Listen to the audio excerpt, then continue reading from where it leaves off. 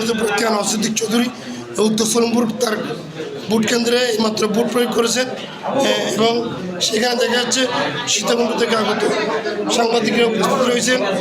সাথে রয়েছেন তার ভাই বড় ভাই আকরাম সিদ্দিক চৌধুরী। এখনো ভোট কেন্দ্রে আজকের এই ত্রয়োদশ জাতীয় সংসদ নির্বাচনকে সামনে রেখে আমাদের চট্টগ্রাম 4 আসনের উৎসব মুখর পরিবেশে আমি ভোট দিতে পেরে আল্লাহর কাছে শুকরিয়া আদায় করছি। আমি সেদিন বলছি আলহামদুলিল্লাহ, আলহামদুলিল্লাহ, আলহামদুলিল্লাহ। আমি অত্যন্ত আনন্দিত যে সুন্দর মনোরম পরিবেশে ভোট দিতে পেরেছি।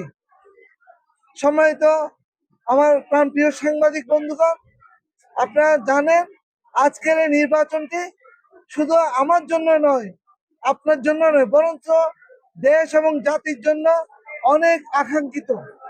এবং এই পরিবেশটা আমরা চেয়েছি যেখানের মধ্যে কোনো বৈষম্য থাকবে না, দল মত ভেদাভেদ থাকবে না, আমরা সকলে এক হব। সেটা হচ্ছে আমাদের পরিচয় বাংলাদেশি।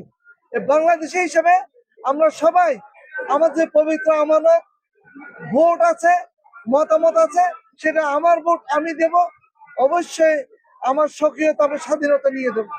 তো আমি দিতে পেরেছি দীর্ঘ প্রায় সেই 2008 সালে দিয়েছি ভোট, আর দিতে পারে আজকে দিতে পেরেছি আলহামদুলিল্লাহ। আমরা একটা প্রশ্ন করতে চাই যে যাতে একটা সুরাহা করে দেয়।